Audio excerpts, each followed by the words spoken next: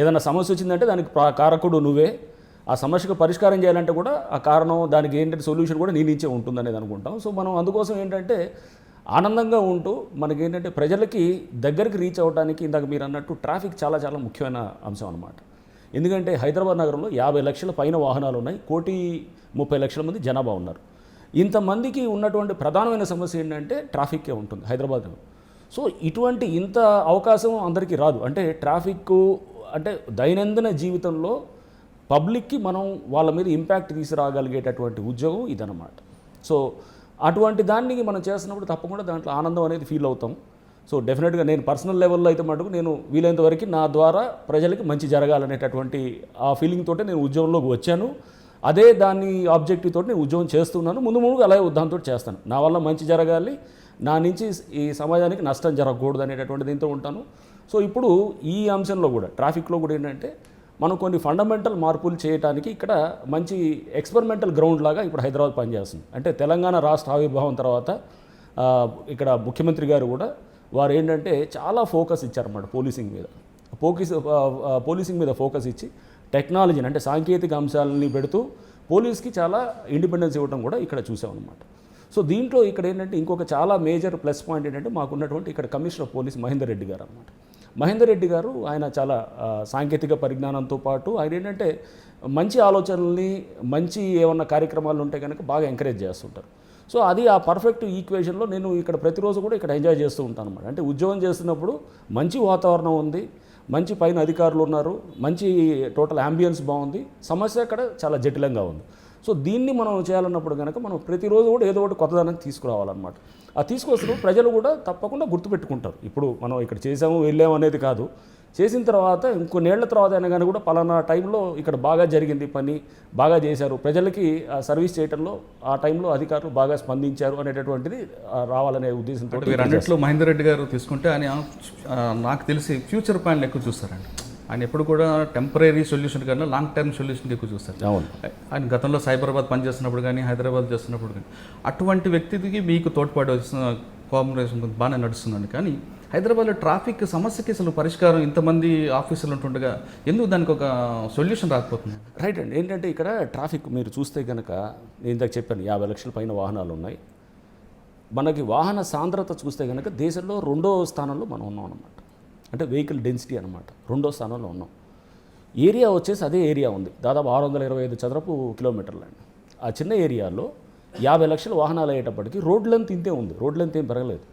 So దీంతో మనకేంటంటే ఇప్పుడు ఎట్లా అయిపోయిందంటే ప్రతి చిన్న ఇల్లు ఉందనుకోండి, దాన్ని కొలగొట్టుకుని ఎట్లయితే ఫ్లాట్స్ కట్టుకుంటారో, అంటే ప్రతి చిన్న ఇల్లు ఫ్యూచర్లో ఫ్లాట్స్ అవుతుంది. ప్రతి స్కూటర్ కూడా ముందు రేపు కార్ అయ్యేటటువంటిదే. ప్రతి సైకిల్ ఉన్నోడు రేపు స్కూటర్ కొంటాడు. ఇది ఈ ట్రాన్సిషన్ ఖచ్చితంగా ఉంటుంది. అంటే ఆర్థికంగా అతను స్ట్రాంగ్ అయ్యే కొద్దీ ఒక వ్యక్తి కానీ కుటుంబం కానీ వాహనం అనేది కంపల్సరీ చేస్తుంది. దీంతోపాటు పబ్లిక్ ట్రాన్స్పోర్ట్ సిస్టమ్స్ చాలా వీక్గా ఉన్నాయి. ఇప్పుడు రేపు మెట్రో వస్తుంది, మెట్రో తర్వాత మేము అనుకునే దాదాపు 20 నుంచి 30% రోడ్డు మీద ట్రాఫిక్ తగ్గుతుంది అని అనుకుంటున్నాం అనమాట. ఎందుకంటే మెట్రో పబ్లిక్ ట్రాన్స్పోర్ట్ బలోపేతం అయ్యే కొద్దీ వాహనాల సంఖ్య తగ్గుతుంది. వాహనాల సంఖ్య ఇప్పుడు ప్రతి ఇంట్లో 2-3 వాహనాలు ఖచ్చితంగా ఉంటున్నాయండి. అంటే కాస్త ఒక middle class, upper middle class family అయితే కనుక 2 వాహనాలు ఖచ్చితంగా ఉంటున్నాయి. ఓ స్కూటరో కారో ఇట్లా రకరకాలు ఉన్నాయి. వాహనాలు ఎక్కువయ్యాయి, సిటీ ఎక్స్పాండ్ కావట్లేదు, అండ్ స్క్యూడ్గా అంటే రకరకాల ప్రాబ్లమ్స్ ఉన్నాయి ఇక్కడ. దీంట్లో మీరు చూడాల్సింది ఏంటంటే పాదాచారులు ఒక పెద్ద ప్రాబ్లం. మనకి సిటీ ఓల్డ్ సిటీ అంటే అదే సిటీని ఇట్లానే గ్రో అవుతూ వచ్చింది. జనాలు మీరు ఎక్కడ చూసినా కానీ కూడా పాదాచారులు లక్షల మంది తిరుగుతుంటారు రోడ్డు మీద. వాళ్ళకి కరెక్ట్ అయిన ఫుట్పాత్లు లేవు, ఉన్నా కూడా ఆక్రమించుకోబడ్డాయి. ఫుట్పాత్లన్నీ ఏంటి ఆక్రమించుకోబడ్డాయి అంటే కనుక మనకు అవన్నీ కూడా ఏంటంటే చిన్న వాళ్ళు వ్యాపారస్తులు చాలామంది వచ్చి వాళ్ళు వ్యాపారాలు చేసుకుంటుంటారు, వాళ్ళందరికీ జీవనోపాధి. సో మనకి ఎప్పుడు మాకు ఉండేటటువంటి మోరల్ డైలమా అంటే నైతికంగా మైండ్లో వచ్చేది ఏంటంటే ఇక్కడ నుంచి ఎవరన్నా మనం వీళ్ళని తీసేస్తే కనుక రేపు వాడు కుటుంబాన్ని దెబ్బ కొడుతున్నాం, వాడు ఉపాధిని దెబ్బ కొడుతున్నాం అనేది వస్తుందన్నమాట. అలా అని పబ్లిక్ దీని దగ్గర మనం కాంప్రమైజ్ కాకూడదు. ఈ రెండింటిని బ్యాలెన్స్ చేయడమే ఉద్యమంలో నిదానంగా ఉంటుంది అనమాట. అంటే అవతల మన యాక్షన్స్ వల్ల కొంతమంది నష్టపోతారు, కానీ ఆ నష్టం ఎంతవరకు అనేది మనం బేరీజ్ వేసుకుంటూ ఉండాలన్నమాట. సో జస్ట్ ఒక ఎగ్జాంపుల్ మీకు చెప్తాను. ఇప్పుడు ట్రాఫిక్లో ఎటువంటి డైలమాస్ వస్తాయంటే స్కూల్స్కి పర్మిషన్స్ ఇచ్చేది వస్తాయండి. చిన్న స్కూల్స్ చాలా వస్తాయి. స్కూల్స్కి పర్మిషన్ ఇచ్చేటప్పుడు మనం అంటాం లేదు ఈ స్కూల్స్కి పర్మిషన్ ఇవ్వడానికి లేదు, ఇది కరెక్ట్ గైడ్లైన్స్ ప్రకారం పోయామనుకోండి స్కూల్స్కి దానికి గ్రౌండ్ ఉండాలి, ఇవన్నీ ఉండాలి. సిటీలో గ్రౌండ్ పెట్టుకోవడానికి వీలవుతుందా? సిటీలో గ్రౌండ్ పెట్టుకోవాలంటే ఒక 1000 గజాల్లో ఎంతో పెట్టుకోవాలంటే కనుక ఆ స్కూల్ కోట్లలో రన్ అవుతుంది. స్కూల్స్ చాలా ఉన్నాయి. లేవు, చాలా వాటిలు లేవు. అట్లా అని 10-15 స్కూల్స్ కలిపి ఒక గ్రౌండ్ ఏదో తీసుకొని మున్సిపల్ గ్రౌండ్ వాళ్ళు ఏదో దాన్ని ఏదో కిరాయికి తీసుకున్నట్టు లేకపోతే వాళ్ళతో అగ్రిమెంట్ లాంటిది ఉండి అక్కడికి వెళ్ళి ఆడుకోవటం ఇది చేస్తూ ఉంటారు. అంటే వాళ్ళకి పార్కింగ్ కూడా ఉండాలి, స్కూల్స్కి పార్కింగ్ ఉండాలి. పార్కింగ్ లేకపోతే కనుక పర్మిషన్ ఇవ్వకూడదు అంటారు. పార్కింగ్ ఉండాలంటే దానికి పెద్ద స్పేస్ ఉండాలి.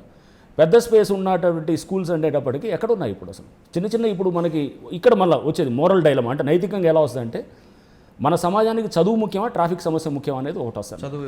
చదువు అనేది ముఖ్యం, ఎందుకంటే మనం ఇల్లిటరసీ లెవెల్స్ చాలా ఎక్కువ ఉన్నటువంటి దేశం మనకి. సో మనకి చదువు చాలా ముఖ్యం. చదువు ముఖ్యమైనప్పుడు స్కూల్స్ బాగా రావాలి. చిన్న స్కూల్స్ అయినా పెద్ద స్కూల్స్ అయినా రావాలి. ఇప్పుడు ఓల్డ్ సిటీ లాంటి ప్రాంతంలో చాలామంది ముస్లిం సోదరులు ఉంటారు. వాళ్ళలో కూడా ఈ నిరక్షరాస్యత అనేది చాలా ఎక్కువగా ఉన్నటువంటిది. సో అక్కడ కూడా మనకి చదువు రావాలి అన్నప్పుడు స్కూల్స్ ఎక్కువ ఓపెన్ అవ్వాలి. ఓపెన్ అయ్యి ఇంగ్లీష్ మీడియం ఎడ్యుకేషను లేకపోతే ఏదైనా కానీ తెలుగు అయినా ఇంగ్లీష్ అయినా ఉర్దూ అయినా ఏదైనా మీడియం అనేది కాదు, కానీ ప్రజల్లో చదువు అనేది ఒక చైతన్యం అనేది వస్తే కనుక లాంగ్ టర్మ్ దేశానికి ఉపయోగం అనమాట. అక్కడ నేను ట్రాఫిక్ సమస్యను చూపించామనుకోండి, ఇది చూపించి ఇలా పార్కింగ్ లేదు అది లేదంటే కనుక అందరూ ఎక్కడ పోవాలి, స్కూళ్ళన్నీ అప్పుడు అవుటర్గా ఏదైతే మన సైబరాబాదో లేకపోతే ఎక్కడో సిటీ అవుట్స్కట్స్లోకి వెళ్ళాలన్నప్పుడు ఇక్కడ ఉన్న వాళ్ళంతా ఏమవ్వాలి అంటే చిన్న వాళ్ళకి చదువు అందుబాటులో తీసుకొచ్చేటటువంటి పరిస్థితి మనకి ముఖ్యమా, ట్రాఫిక్ ముఖ్యమా అనేది ఎప్పుడు బెరీజ్ వేస్తాం. అలా అని పూర్తిగా ఎప్పుడు దీంట్లో పడేసి మనం అసలు ప్రజల సమస్యల్ని మనం ట్రాఫిక్ సమస్యను పక్కన పెట్టాలనేది కాదనమాట. బ్యాలెన్స్ చేయాలి, ఎప్పటికప్పుడు బ్యాలెన్స్ చేయాలి. స్కూల్స్ వరకు మీరు కన్సిడర్ చేస్తున్నారు, కానీ మాల్స్ బిజినెస్ అటువంటి విషయంలో మాల్స్ విషయంలో చాలా స్ట్రాంగ్గా ఉంటామండి. మాల్స్ విషయంలో ఎవరైనా కానీ ఎవరు సినిమా హాల్స్ కానీ మాల్స్ కానీ కాంప్రమైజ్ అవ్వటం ఉండదన్నమాట. అసలు జీరో ఇది ఉంటుందన్నమాట. అక్కడ ఖచ్చితంగా వాళ్ళు గైడ్లైన్స్ పాటించాల్సింది. సో ఎక్కడ కూడా మీరు ఒక్క మాల్ చూపించండి, ఎక్కడ కూడా ఇక్కడ పలానా దగ్గర, కానీ పాతవి ఉంటాయి.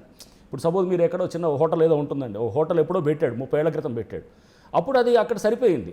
ఇప్పుడు మారిన పరిస్థితుల్లో దానికి అక్కడ సరిపోవట్ల వాహనాలు వచ్చేది, అప్పుడు దాన్ని ఏం చేస్తాం, అది క్లోజ్ చేయమంటామా లేదా దాని మీద క్లారిటీ లేదు. చాలా సందర్భాల్లో దీని మీద డిస్కషన్ అయింది. జిహెచ్ఎంసీ అధికారులతో మేము మాట్లాడుతున్నప్పుడు కూడా చాలా సందర్భాల్లో మాలో మేము తర్జన పడ్డాం.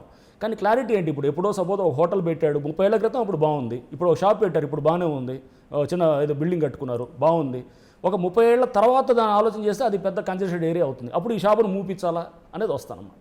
సో అంటే అసలు సిటీకి కావాల్సింది ఏంటి అనేది అసలు మనం ప్రధానమైన క్వశ్చన్కి వస్తే కనుక ఫస్ట్ సిటీ ఎక్స్పాండ్ అవ్వాలి. ఫస్ట్ చేయాల్సింది అంటే ఇప్పుడున్న సిటీ మనం ఒకసారి మేము మొన్న టొరంటో నగరానికి వెళ్ళాం, లాస్ట్ ఇయర్ కెనడాకి వెళ్ళాం. టొరంటో నగరం 2500 చదరపు కిలోమీటర్లు, హైదరాబాద్ 625 చదరపు కిలోమీటర్లు, అంటే 4 రెట్లు తక్కువ ఉంది, పావు అంత అనమాట. కానీ వాహనాల సంఖ్య టొరంటో నగరానికన్నా హైదరాబాద్లో 3 రెట్లు ఎక్కువ ఉన్నాయి అన్నమాట. దీన్ని బట్టి అర్థం చేసుకున్నాను అంటే 4 హైదరాబాద్లో అయితే ఒక టొరంటో నగరం ఉంది, వాహనాల్లో అయితే కనుక మనకు ఆల్రెడీ 3 టొరంటోలు ఉన్నంత ఉన్నాయన్నమాట. అంటే దీన్ని బట్టి మనం అర్థం చేసుకోవాల్సింది సిటీ ఎక్స్పాండ్ అవ్వాలి. ఫస్ట్ సిటీ ఎక్స్పాండ్ అవ్వాలంటే ఊరిని ఎక్స్పాండ్ చేసుకుంటే సరిపోదు కదా, దానికి మళ్ళీ కనెక్టింగ్ ట్రాన్స్పోర్ట్ సిస్టమ్స్ అన్నీ ప్రాపర్గా ఉండాలి.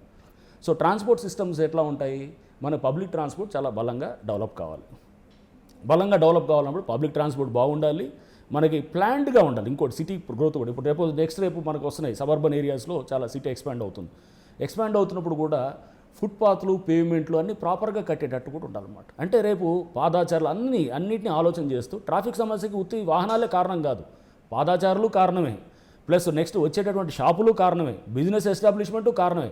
అంటే సమిష్టిగా మనం ఒక సొసైటీ ఎలా ఉంది అనేది మనం బేరీజ్ వేయాలంటే కనుక ట్రాఫిక్ని అక్కడ ఉన్నటువంటి శానిటేషన్ అంటే జిహెచ్ఎంసీ మనం పారిశుద్ధ్యం ఈ రెండింటిని బట్టి మన సొసైటీ ఎలాంటిది అనేది మనం ఒక అంచనాకు వచ్చేయచ్చు. అంటే ఇది నాగరిక సమాజమా అనాగరిక సమాజమా అనేది అంచనా వేయాలంటే కనుక ట్రాఫిక్ అనేది ఒక బెస్ట్ కొలమానం అనమాట. సార్ మీరు ట్రాఫిక్ జిహెచ్ఎంసీ అంటున్నారు, హైదరాబాద్ సిటీలో తీసుకుంటే ఎక్కడైనా హైదరాబాద్లో ట్రాఫిక్ పోలీసు ట్రాఫిక్ డ్యూటీ కాకుండా అదర్ డ్యూటీస్ చేస్తున్నారు. అంటే జస్ట్ లైక్ రోడ్లు గుంతలు పడితే పోయడం, బస్సులు ఆగిపోతే నెట్టడం, డ్రైనేజీల్లో పొంగుతుంటే అది చేయడం, అంటే ఈ డ్యూటీ వేరే డిపార్ట్మెంట్ చేసిన డ్యూటీ మీ డిపార్ట్మెంట్ చేస్తుంది. రైట్ అండి. ఫైనల్గా కావాల్సింది పబ్లిక్కి మనం కన్వీనియంట్గా మనం వాళ్ళ కన్వీనియన్స్ని చూసుకోవటం ముఖ్యం. మా డ్యూటీ చేయకుండా అనేది కాదనమాట, మా డ్యూటీ చేయాలి. ట్రాఫిక్ జామ్ అయితే కనుక అక్కడ అతను కానిస్టేబుల్ ఉండాలి, అంతేగాని అక్కడ అతను వెళ్ళి గుంతలు పూడ్చటాలు లేకపోతే అవి చేయటం కాదు. ఇది చేస్తూ అదనంగా చేయాలి తప్పకుండా, ఎందుకంటే ఆ గుంతల వల్లే కదా ఈ ట్రాఫిక్స్లో ఈ జామ్లో. మీరు ఆ డిపార్ట్మెంట్కి ఎంటర్ చేయకుండా మీ వాళ్ళతో ఎందుకు చేస్తున్నారు? అది అంటే వాళ్ళకి చేపిస్తున్నాం, జిహెచ్ఎంసీ వాళ్ళతో కూడా చేస్తున్నాం, కానీ వాళ్ళ దగ్గర కూడా ఉన్నటువంటి work force limited work force ఉంటుంది, లిమిటెడ్ రిసోర్సెస్ ఉంటాయి. సో మనం ఎప్పుడో ఎవరో జిహెచ్ఎంసీ వాళ్ళకి చెప్పాం కదా నాది కాదు అని చేతులు ముడుచుకుంటూ కూర్చుంటే కనుక కాదు కదా. మనం చేయగలిగిందంతా అదేదో కాస్త ఏది చిన్నో పెద్దో ఏదైనా కానీ మనం చేయగలిగింది ఎంతవరకు మేము గుంతల వరకు పూడుస్తున్నాం. అది కూడా ఏమి తారో లేకపోతే మనం ఏదో డాంబరో ఇది వేసి చేసేది ఏమి ఉండదు. చిన్న ఏదో గ్రావెల్ ఉంటుంది, కాస్త గ్రావెల్ తోటో కంకర డస్ట్ ఇట్టడి దాంతో దాన్ని ఫిల్ చేపిస్తాం.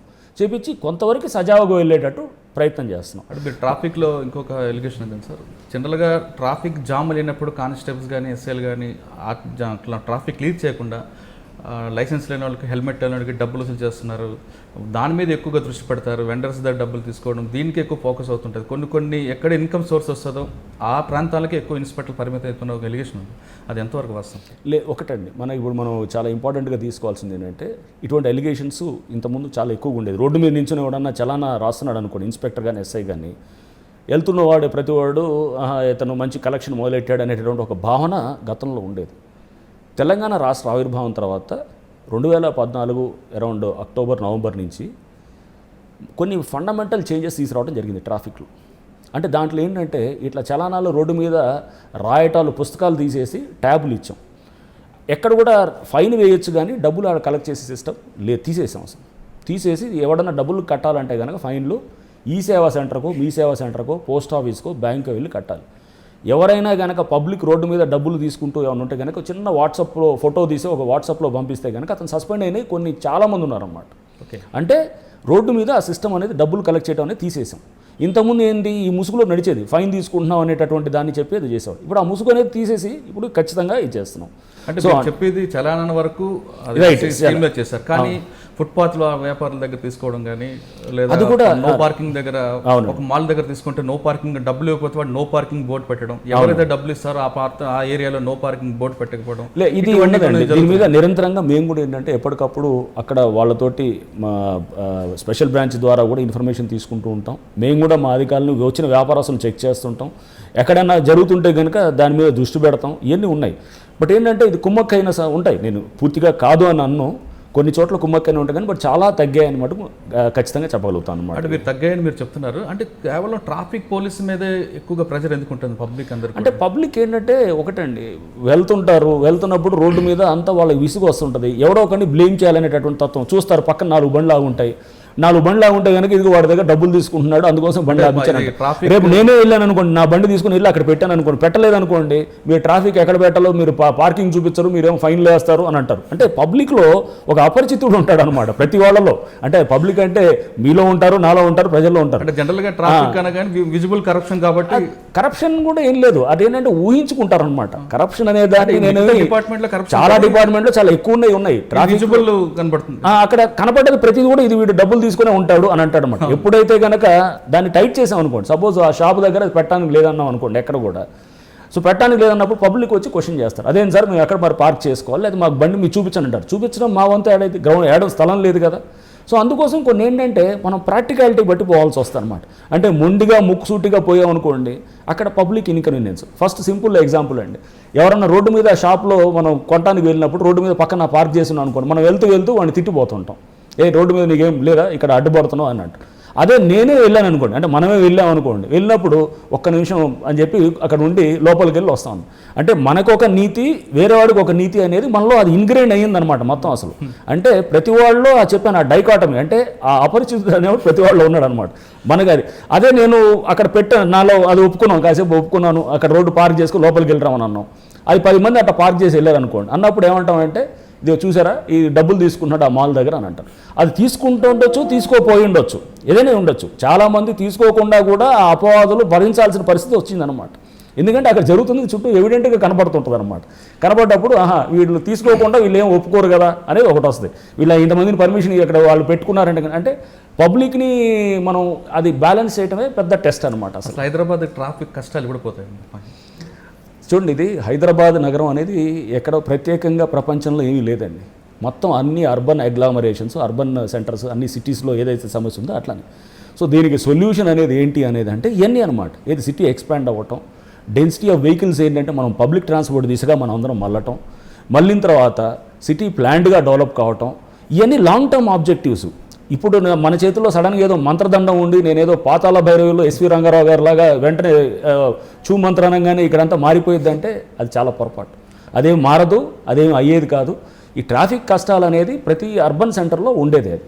సో ఇది హైదరాబాద్ ఒకటే ప్రత్యేకం ఏం కాదు. ఇంకా బెంగళూరు, మీరు ఢిల్లీకి వెళ్ళి చూస్తే కనుక బెంగళూరులో ట్రాఫిక్ జామ్ 3-4 గంటలు ఉంటాయన్నమాట. ఆ లెక్కన చూస్తే చాలామంది ఉంటారు హైదరాబాద్ చాలా బెటర్గా ఉందండి అని. బట్ హైదరాబాద్లో కూడా నేను అనేది అంటే ఏదో గుడ్డిలో మెల్లలాగా అంటే కొంచెం బెటర్గా ఉంది, కానీ ఈ అన్నిటి సమస్యలు ఉన్నాయి. దీన్ని ఖచ్చితంగా అందరూ సమన్వయంతో చేస్తున్నారు. జిహెచ్ఎంసీ కూడా కమిషనర్ గారు చాలా నిబద్ధతో ఉండే వ్యక్తి ఆయన కూడా, అండ్ మా పోలీస్ కమిషనర్ గారు కూడా మహేందర్ రెడ్డి గారు కానివ్వండి, మా ట్రాఫిక్లో జాయింట్ కమిషనర్ రవీందర్ గారు కానివ్వండి, అందరూ కూడా అంటే అందరు నిబద్ధతతో పనిచేసేవాళ్ళు, చిత్తశుద్ధితో చేసేవాళ్ళే ఉన్నారు.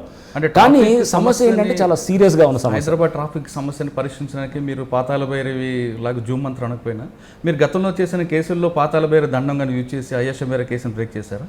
అంటే అసలు అయ్యష మేర కేసు ఏం జరిగిందండి? చాలా మంది ఆఫీసర్స్ వచ్చారు, చాలా మంది ఇన్వెస్టిగేషన్ చేశారు, మీరు పాతాళ భైరవి దండమైన ఉపయోగించి ఆ కేసు బ్రేక్ త్రూ చేశారు. రైట్ అండి. అక్కడ దాంట్లో కూడా పాతాళ భైరవి దండం ఏమీ లేదండి. పాతాళ భైరవి దండం అనేది ఇది traffic is a much more serious issue than Ayesha Meera case. Ayesha Meera case ఒక కేసు, ఒక ఐసోలేటెడ్ కేసు అంతే. బట్ ట్రాఫిక్ అనేది 1,30,00,000 సంబంధించిన సమస్య. సో ఇది దీనికి మంత్రదండం అనేది అంత ఈజీ కాదు.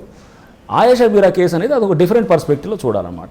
సో ఆయేషా మీరా కేసు గురించి ఒకసారి చెప్పాలన్నప్పుడు నేను అప్పుడు ఈస్ట్ గోదావరిలో పనిచేస్తూ ఉన్నాను, అడిషనల్ ఎస్పీగా ఉన్నాను అక్కడ 2008 ఆ సంవత్సరంలో. ఈ ఆయేషా మీరా కేసు అనేది ఎప్పుడైందంటే అందరికీ కూడా గుర్తుండి ఉంటుంది. ఇది 2007 సంవత్సరంలో డిసెంబర్లో ఆయేషా మీరా అనే అమ్మాయిని రేపు కమ్ మర్డర్ చేసి ఆ అమ్మాయిని చంపడం జరిగిందనమాట. చంపిన తర్వాత అక్కడ ఏం చేశారంటే దీంట్లో అప్పుడు ఏదో అక్కడ ఉన్నటువంటి ఏది ఉప ముఖ్యమంత్రి గారి పేరు, వాళ్ళ ఎవరో బంధువులు, వాళ్ళ మనవడని ఏదో కోనే రంగారావు గారి మనవడు, వాళ్ళ ఇట్లా అన్ని అంటే దాని మీద ఎటెటో వేయింది.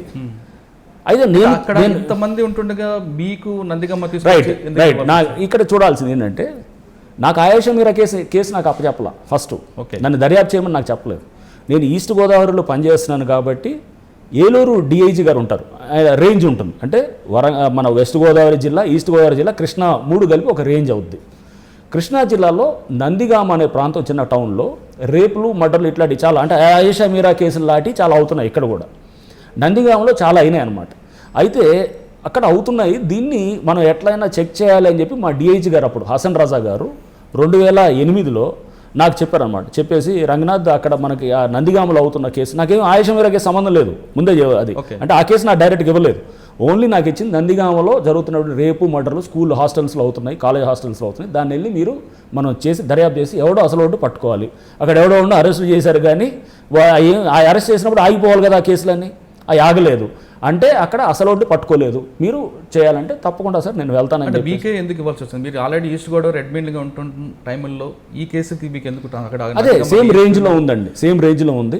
బహుశా డిఐజీ గారికి నేనంటే మంచి సదభిప్రాయం ఉండొచ్చు. అంటే కాస్త అక్కడ ఇప్పుడు జరిగిన ఏమైనా కేసుల విషయంలో మీకు పక్క పెట్టాలని అది ఇంత ఇంపార్టెంట్ కేసు నాకు ఇవ్వడం అనేది అది యాక్చువల్గా మన మెరిట్ ఈస్ట్ గోదావరి పనిచేసిన టైంలో కొంత మీకు పై ఆఫీసర్కి మీకు కొంచెం డిస్ప్యూట్స్ రావడం, ఆ డిస్ప్యూట్స్ నుంచి పక్కకు తప్పించడానికి మీకు దానికి దీనికి సంబంధం లేదండి. అసలు అది వేరేది. అసలు అది అక్కడ ఉన్నటువంటి అది అప్పుడు ఆ డిఐజీ గారు, అసలు డిఐజీ హసన్ రజా గారు ఉన్నారు నాకు ఇచ్చినప్పుడు కేసు.